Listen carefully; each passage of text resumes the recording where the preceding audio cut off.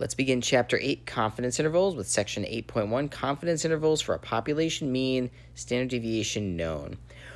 We're going to use sample data to estimate the population mean. In particular, we'll use the sample mean and standard deviation of a random sample of a certain size n to create something called a confidence interval, which consists of reasonable estimates for what the population mean could be. So you can pause the video, read example 1. Now, based on this, what do you think? Do you think the mean battery life for all IdeaPads is 7.3 hours based on this 81 IdeaPad sample? So I'm just going to say, maybe you agree, but write down whatever you think. But I'll write down maybe not exactly 7.3 hours, but close. Maybe within, I don't know, 7 to 7.6 hours? Again, that's a guess. I don't know. So how might we come up with an acceptable range for the possible true mean battery life? Well, what we can do is we're going to consider the point estimate, which in our case is x bar, which is 7.3 hours. And then I should say, maybe not come up with, and then find the margin of error, which we abbreviate with MOE,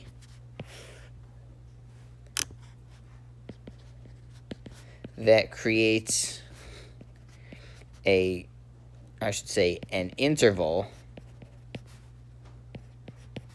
of reasonable estimates for mu, the population mean. Okay.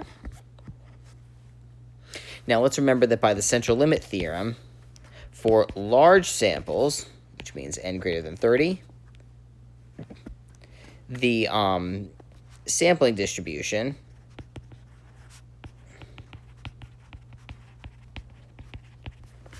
for any distribution is approximately normally distributed. And further, we know that the I'll say mean and standard deviation of the sampling distribution, I really should say R, mu x bar equals mu, and sigma x bar, which we remember is called the standard error, equals population standard deviation, sigma, divided by root n. Okay, we have to remember that. Also remember that even small samples still give a normal sampling distribution if we can reasonably know or assume that the original distribution was normal.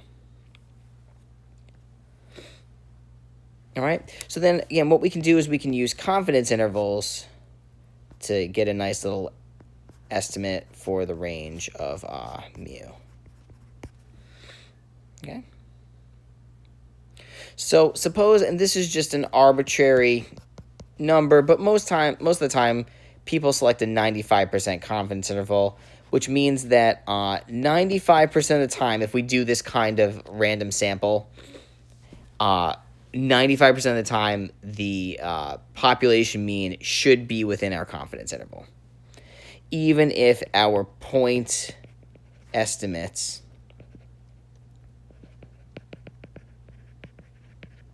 x bar, like we get a sample mean each time. There you go. Differ each time. So anyway, here's what we do. So first off, we're going to find the standard error. This is how we calculate. This is how we compute a confidence interval. which by the CLT is SE equals that guy, right? Standard error. Decide the appropriate level of confidence, which again, as I said, is often 95%, but you'll see it varies. This is just a completely arbitrary number. It will be given to you. And actually, by the way, let me just point out really quickly. Let's do that. We refer to the confidence level as 1 minus alpha, which is 95%, or you might just see it as 0.95. That's how we'll enter it in Excel a lot of the time, okay? We will then use Minitab to, or I should say not Minitab anymore. It's going to be Excel in this case, to find the corresponding critical value. And we call this guy Z alpha over 2. Sort of a technical reason for why it's alpha over 2. But don't worry about that right now. Okay, and then we're going to find the margin. Let's try that again.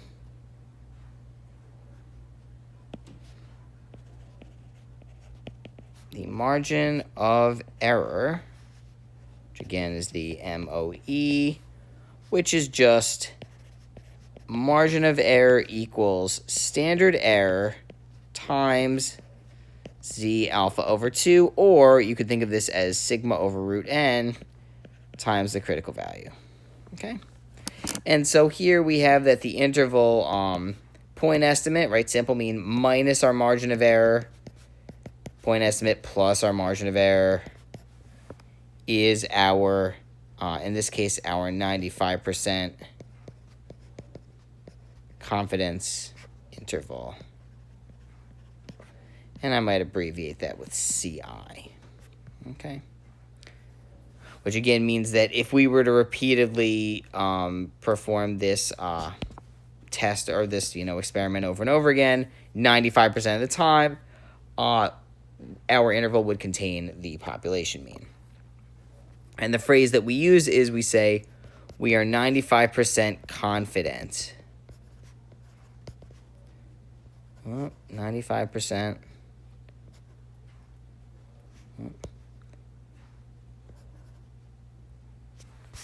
Try that again. 95% confident. All right. So just to be a little bit clear about what this is, we would say that I should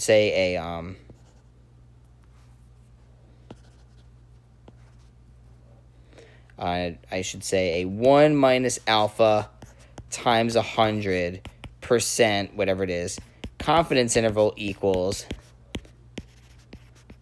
point estimate minus the margin of error to the point estimate plus the margin of error, which is the point estimate minus standard error times the critical value.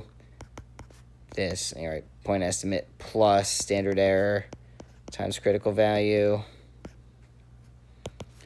And that's, again, the same thing as this minus sigma over root n times critical value.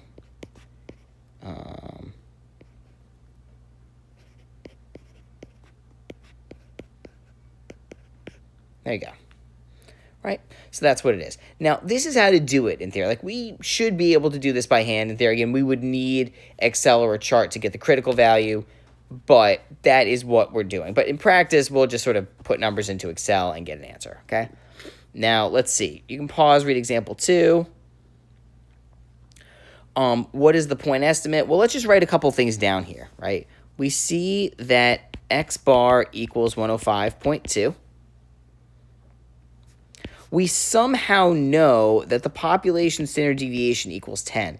Now, I just want to point out, this is unrealistic. It is unrealistic that we would somehow not know the population mean, but we would know the population standard deviation. That's a little bizarre, but whatever, we'll go with it. And we also know that n equals 75. And I guess you could say that 1 minus alpha equals 0.9 or 90%. Okay? That's really our given information here. Okay, so for part A, we're just sort of repeating what we wrote down before. find the critical value. Now, for this, I'm just going to write z equals, and I guess you could say like z 5%. I guess that's sort of the amount. But anyway, what I'm going to do is I'm just going to go to Excel. Let's turn my keyboard on. Do that. And we're going to go to Excel. We go to one sample z down here, okay? And we're just going to put in our confidence level, which is, oh, one sec, let's see if it lets us input something. There we go. And we're going to put in 0.9. And it really gives us everything, right? The critical value is that. Margin of error is that. Standard error is that. Oh, sorry, I guess we have to change, sorry, we do need to input our stuff. But the critical value, note that it's 1.6449. No matter what I put here, right, the sample mean, 105.2, population standard deviation we said was 10, sample size is 75. Note that everything changed except the critical value. That's always going to stay the same. Okay? Always, always, always. Because that is attached only to this number. Okay? So if we copy this, and I think I may have already copied this image, and just kind of stick it right here. Oh, no, never mind. That's a different one. I lied. So let's just take a screenshot of this guy.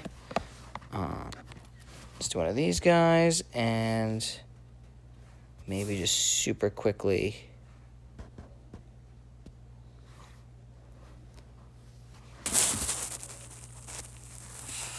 Let's just copy this guy. And let's see if we can stick it back in here. There we go. That has all our information there. So anyway, we're trying to do this by hand as much as possible, but again, we did need some reference for the critical value, right? So I just want to highlight here that we're getting the critical value right here.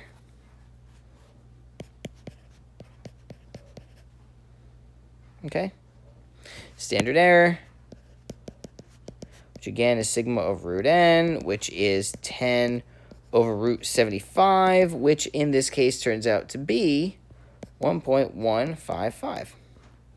Margin of error, which again is z times our standard of error, or standard error times z, is just going to be 1.155 times 1.644, which equals, they gave it to us, I had to kind of zoom in a little bit there, 1.8993.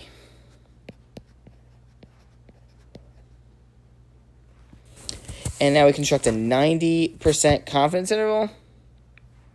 Well, that's going to be, I'll just write here, CI equals 103.307, so 107.0993.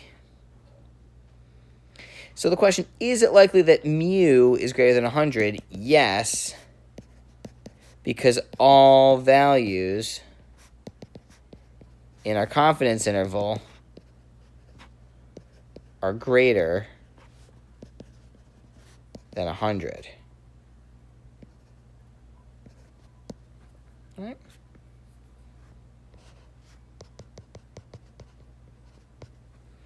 Right. And so let's just do one more example, right? We have another set of data.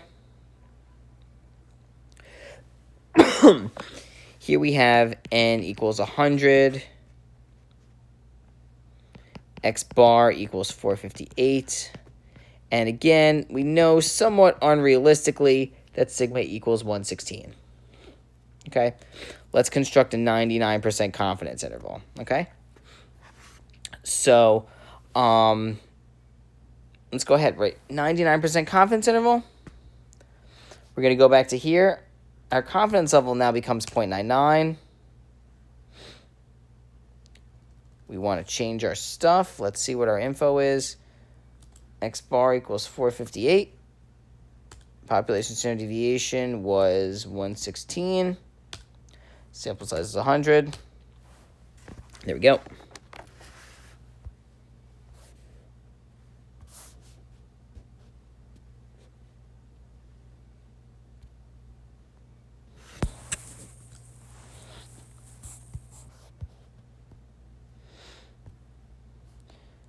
So maybe I'll just stick this over here again. I don't even know.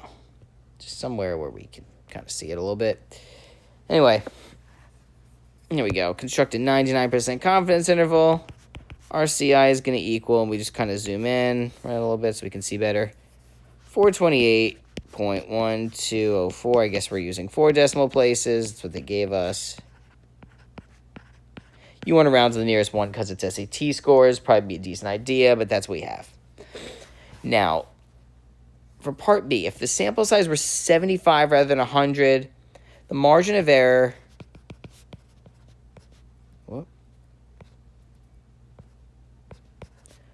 would be larger because as n decreases,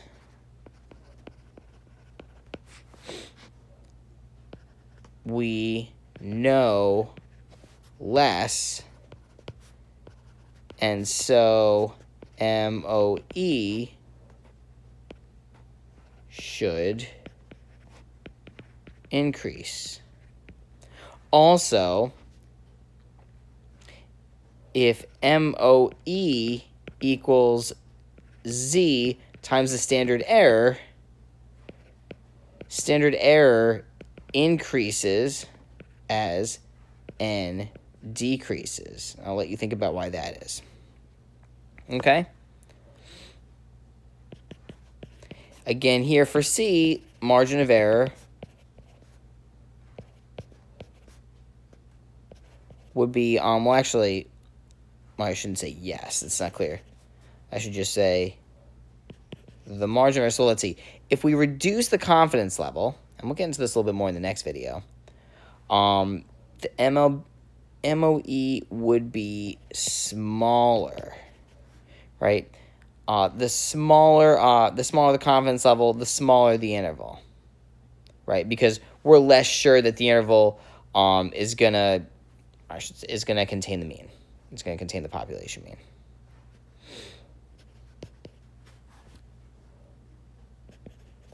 This confidence interval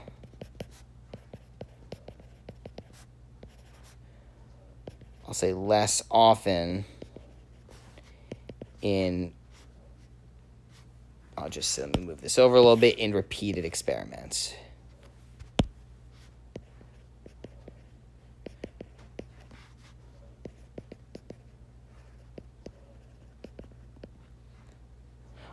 And the question is it greater than 500? No, because 500 is outside our confidence interval. Now, before we go, we really ought to do the problem that we were given, right? This laptop problem. 7.3 hours. Let's look at this one more time, right?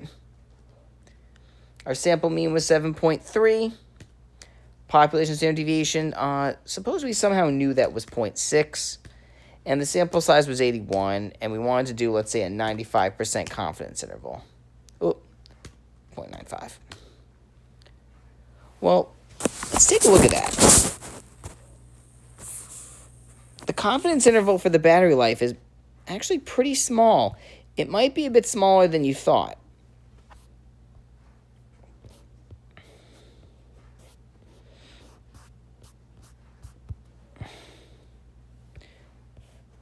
So just to point out,